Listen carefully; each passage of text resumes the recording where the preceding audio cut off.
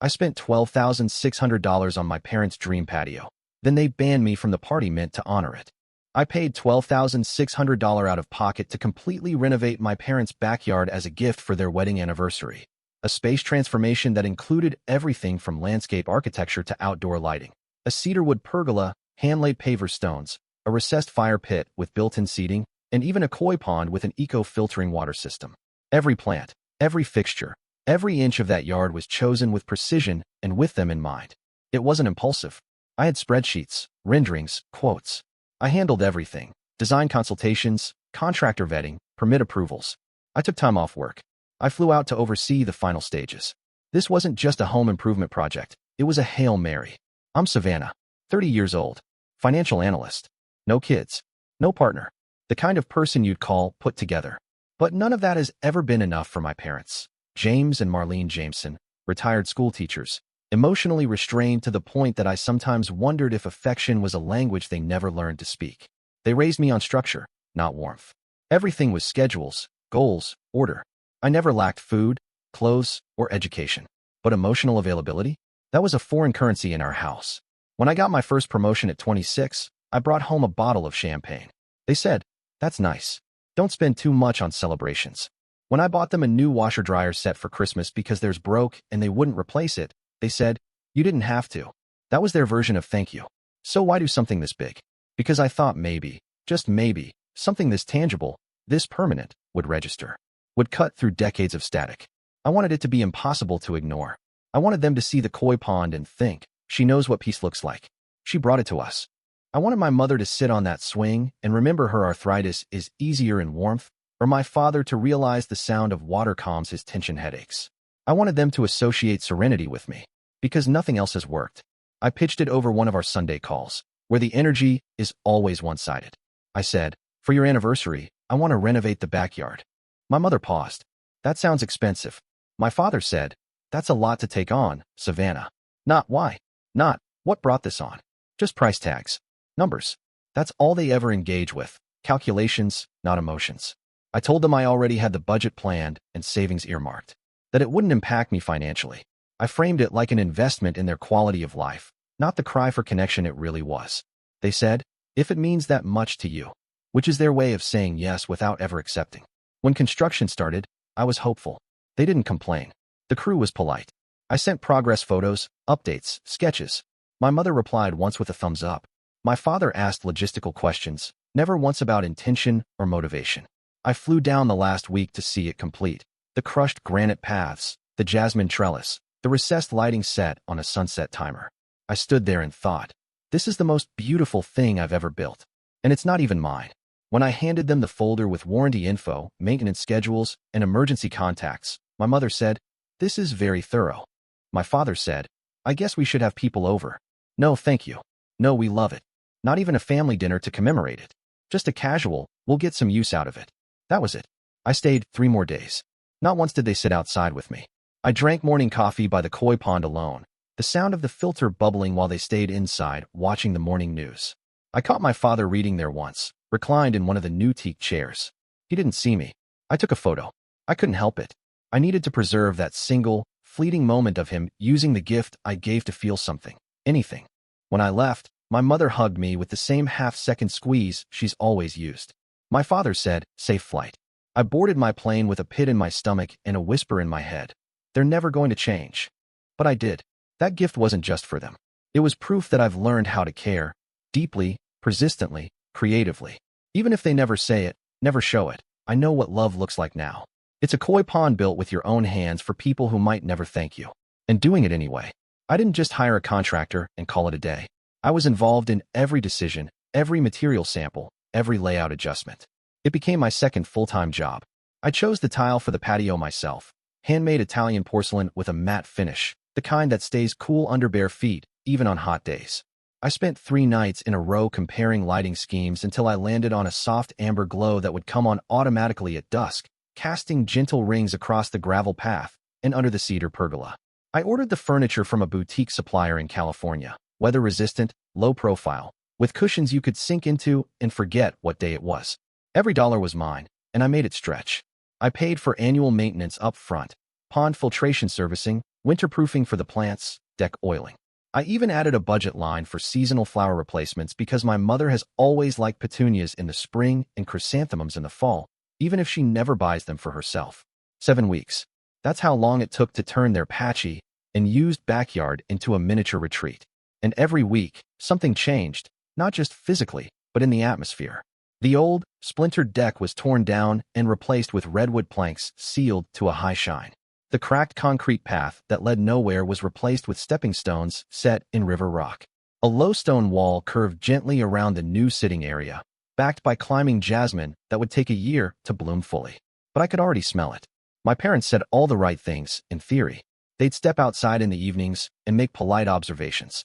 "It's looking lovely," my mother would say, almost as if commenting on a neighbor's renovation. "Those lights are very elegant," my father noted once, with that clinical tone he uses when evaluating things that aren't entirely his.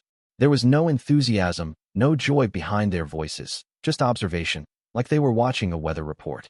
What really got to me, though, were the conversations, or lack of them, about the actual anniversary. This wasn't just a renovation. It was supposed to lead somewhere. A gathering, a shared meal, something symbolic, something that would pull us out of the rut we've been in for years. But the closer we got to the finish line, the more vague everything became. I brought it up at dinner one evening, gently. "Have you thought about who you want to invite for the anniversary?" My mom just blinked at me, fiddling with the corner of a napkin. "Oh, we'll keep it simple. Maybe just us." My dad didn't look up from his plate. "No need to make a fuss." I didn't push, but the words sat heavy in my mouth. Just us. No need. I'd built this space for connection, and they were treating it like a hotel patio, pleasant, functional, and personal. As the project wrapped, that strange hollowness grew. They admired the yard. They praised the craftsmanship, but never the gesture. Never me. It was like they appreciated the result, but didn't see the intent behind it. Like the space had magically appeared on its own without the months of planning, the money, the hours of phone calls, the decisions made late at night over dinner alone in my apartment. I kept trying to tell myself it was fine, that maybe this was just how they processed things, that maybe gratitude would come later, in their own quiet way. But the truth sat there in the middle of the beautifully curated garden. I was building something for people who never asked for it, and maybe didn't even want it, hoping it would make them love me more, or at all. It was a Tuesday afternoon, 3 weeks before the anniversary. I remember because I was in the middle of reviewing a quarterly revenue forecast when my phone lit up with my aunt's name, Diane, my mother's younger sister, the one who always talked too much but meant well. I answered, half distracted, thinking maybe she needed a recommendation for something backyard-related.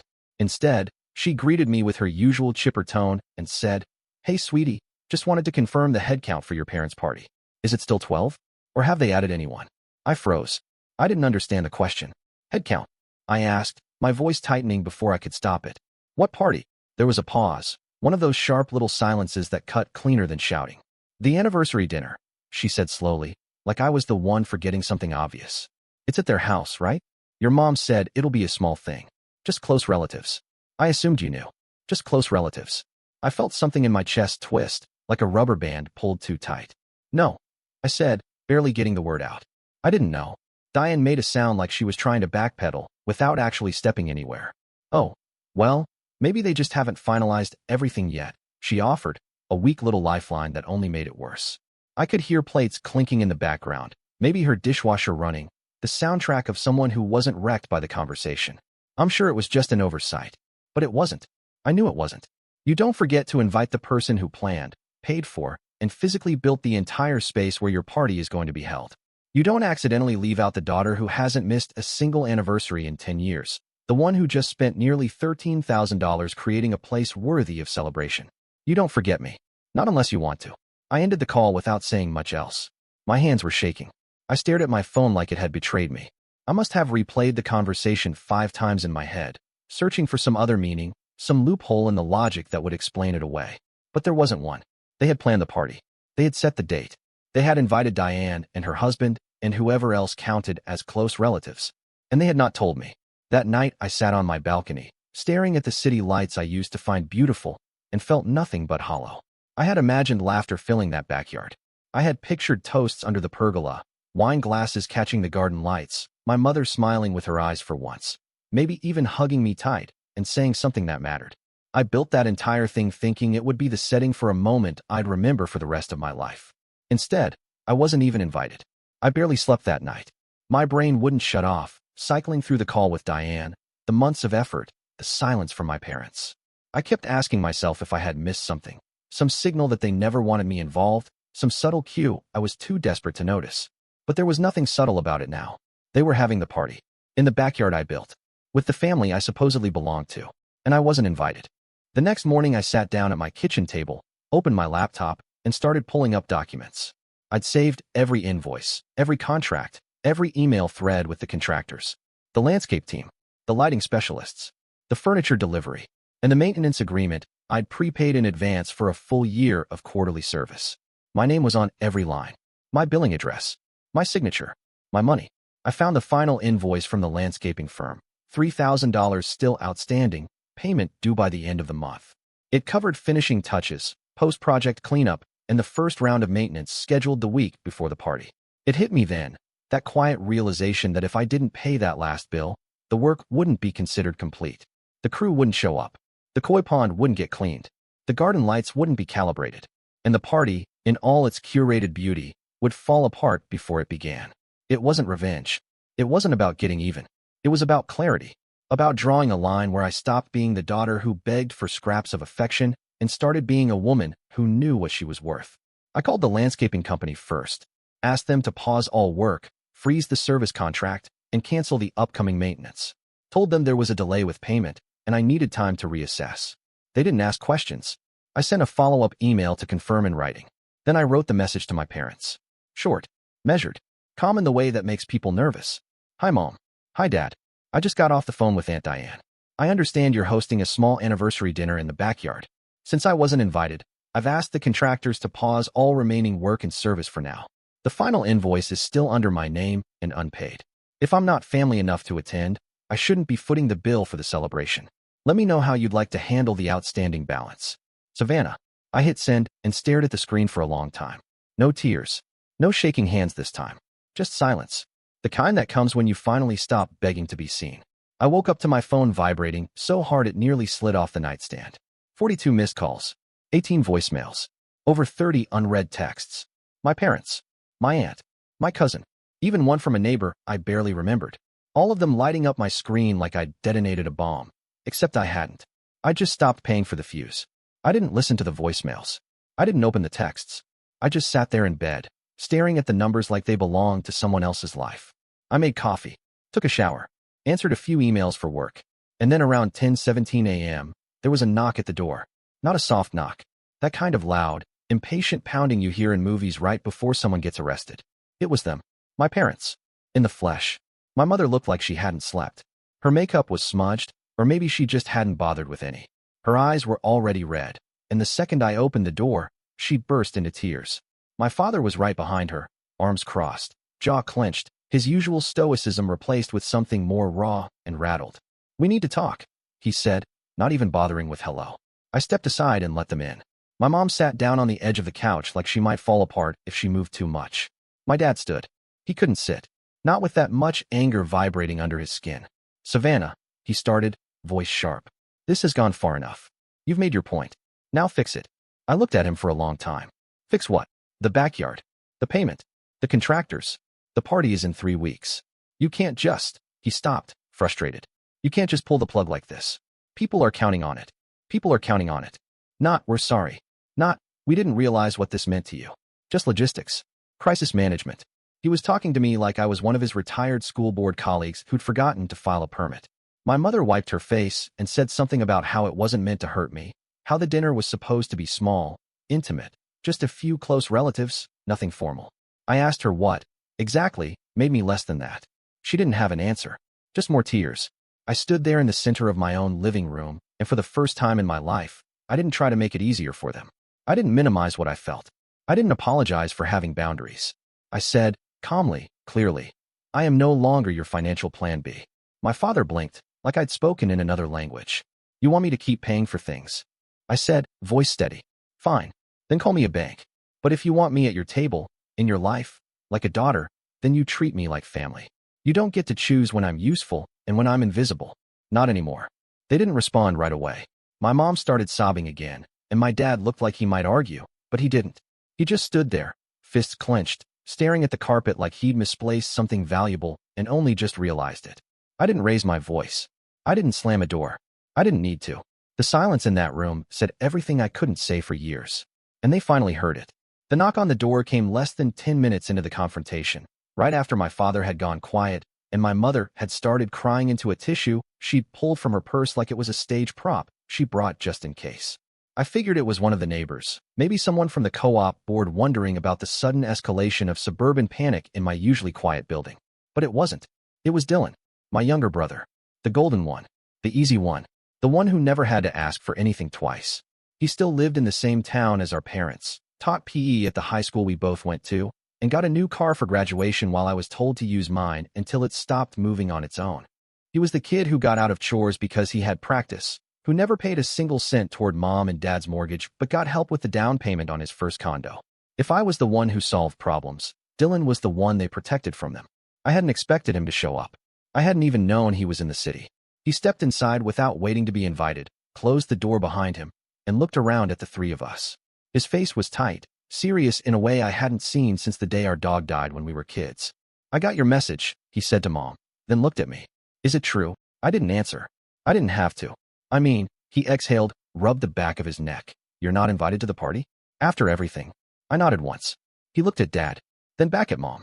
"Are you serious?"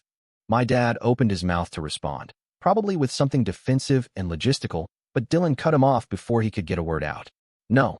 Stop. I don't want to hear some excuse about guest lists or what's considered close family. She built the damn yard." My mother looked stunned, like she hadn't expected him to speak at all, let alone take my side. Dylan turned back to me, and his voice cracked just a little. "I should have said something a long time ago. I've seen it. How you pay for everything. How they just expect you to show up with a check whenever something breaks or needs fixing or isn't convenient. It's always been you, the one who fills in the gaps." And I never said anything. I didn't want to rock the boat. I was comfortable. He paused, swallowed. "And I'm sorry." It hit me harder than I expected. Not because I needed him to apologize. God knows that train had long left the station. But because it was the first time someone in our family actually acknowledged what had been true for so long. That I wasn't crazy. That I hadn't imagined the double standard or invented the disappointment. He turned to Dad again. "She's not being dramatic. She's not overreacting. She just finally stopped letting it slide." My father looked at Dylan like he'd been slapped. Like something fundamental had shifted, and he didn't know how to recalibrate. My mother sat quietly, tissues balled in both hands now, like she didn't know whether to cry harder or apologize or both. And then the silence hit, thick and humming with everything that hadn't been said in years. All the birthdays I'd paid for. The vacations I was expected to cover. The quiet way they thanked me with nods and receipts instead of words.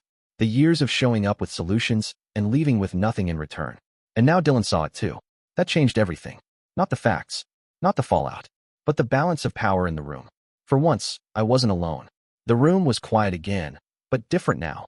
Less like a battlefield and more like the uncomfortable stillness that follows the truth. My father sat down finally, his elbows on his knees, hands clasped like he was holding on to something he didn't know how to name. He looked at me for a long time, longer than I think he ever has, and then said, voice low, steady, "What do you want from us?" It caught me off guard. Not because I didn't know what to say, but because I never expected him to ask. Not him. Not like that. He wasn't the type to open doors he couldn't close. But there it was, wide open, waiting. I didn't raise my voice. I didn't sugarcoat it. "Respect," I said. "Involvement. Equal treatment. I want to stop being the person who's only valuable when a bill shows up or something needs fixing. I want to be your daughter, not your backup plan." My mother looked down at her hands like she was reading a secret written in the tissue paper. For a long time she didn't speak. Then, quietly, she said, "I didn't think it hurt you like this." I didn't answer. Not right away. Because that was the closest I was going to get to an apology, and I wanted to sit with it, to let her feel the weight of her own sentence. She added, "I thought we were just used to how things are." I didn't realize it felt that one-sided. "It is one-sided," I said. "It has been for years." Another silence. Not hostile, just tired. Eventually, my father cleared his throat. "We'll push the party. September.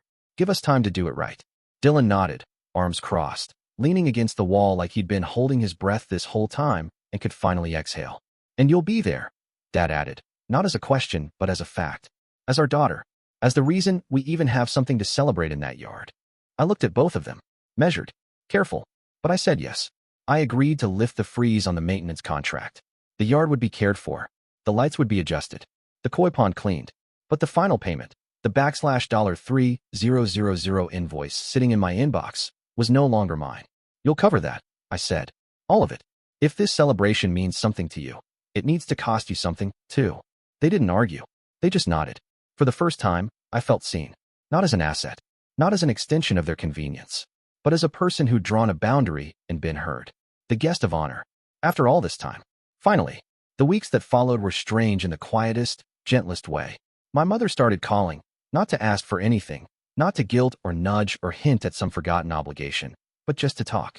About her garden. About a recipe she'd tried. About how the morning light looked different now that the jasmine had started to bloom against the trellis I chose.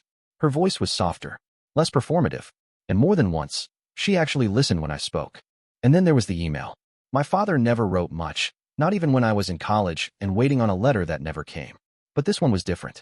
A full page. No typos. No formality. Just his voice, clearer than I'd ever heard it. He said he hadn't realized how invisible I must have felt. That he was ashamed it took a financial threat to hear an emotional truth. He thanked me for the backyard, for my patience, for not walking away completely. And at the very end, he wrote, "You are not a fallback plan. You are our family.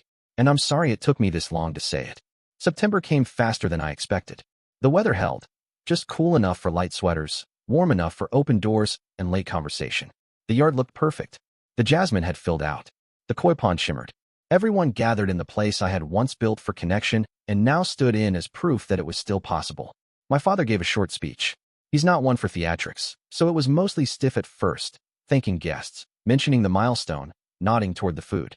But then he turned toward me, and something shifted. He cleared his throat and said, "This space, this celebration, it exists because of my daughter. Savannah, thank you. You gave us more than a backyard. You gave us a reason to stop taking things for granted." He didn't cry, but I did, and they let me. No one rushed to hush the moment. No one changed the subject. For the first time in my life, I was allowed to take up space in my own family. In the spring, I booked the trip I'd been putting off for years. Paris, Amsterdam, Prague. 2 weeks with no emails, no responsibilities, just the quiet thrill of museums and rivers and long dinners under foreign stars. From a bench along the Seine, I bought a postcard, ivory cardstock with a watercolor sketch of the Eiffel Tower. I didn't write much. Just this. "Thank you for learning to see my feelings. With love, your daughter." I mailed it without a return address. Let them hang that on the fridge. Let it mean something this time.